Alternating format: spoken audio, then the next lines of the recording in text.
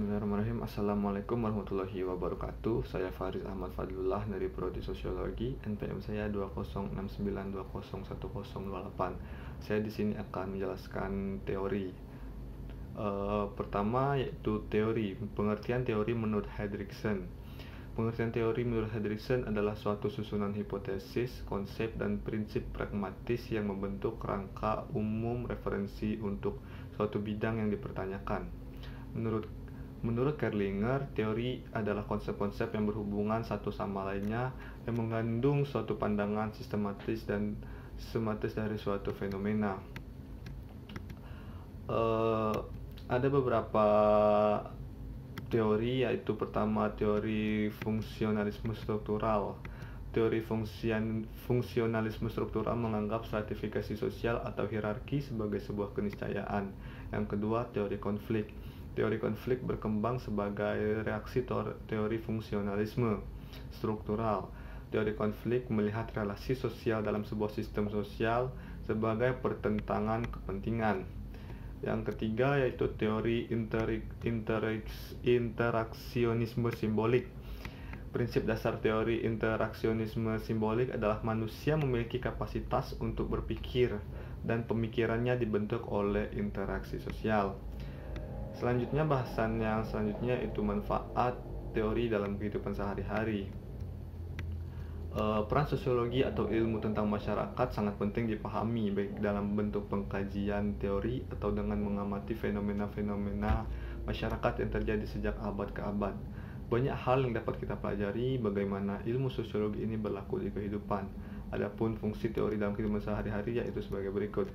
Yang pertama, mengorganisasikan dan menyimpulkan pengetahuan tentang suatu hal. Yang kedua, memfokuskan teori pada dasarnya menjelaskan tentang suatu hal, bukan banyak hal. Yang ketiga, menjelaskan teori harus mampu membuat suatu penjelasan tentang hal yang diamatinya. Misalnya, mampu menjelaskan pola-pola hubungan dan menginterpretasikan peristiwa-peristiwa tertentu. Masih ada banyak hal-hal lain manfaat teori. Namun untuk mempersingkat waktu, kita bahas ke materi selanjutnya, yaitu peran teori dalam memecahkan masalah teoritis.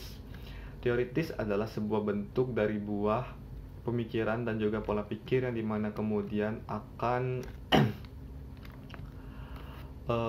mendasarkan sebuah bentuk dari hal yang dimana semuanya akan berasal dari berbagai macam bentuk, dari sebuah bentuk dari landasan untuk melakukan sebuah dan satu hal.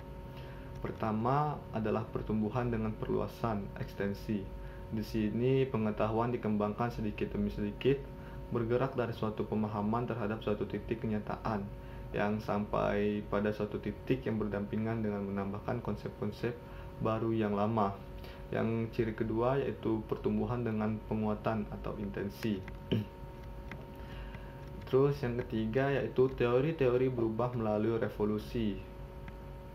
Ada 3 pendekatan teoritis yang digunakan dalam kajian tentang berpikir dan pemecahan masalah. Pertama adalah teori stimulus respon yang berdasarkan pada konsep bahwa berpikir adalah proses asosiatif.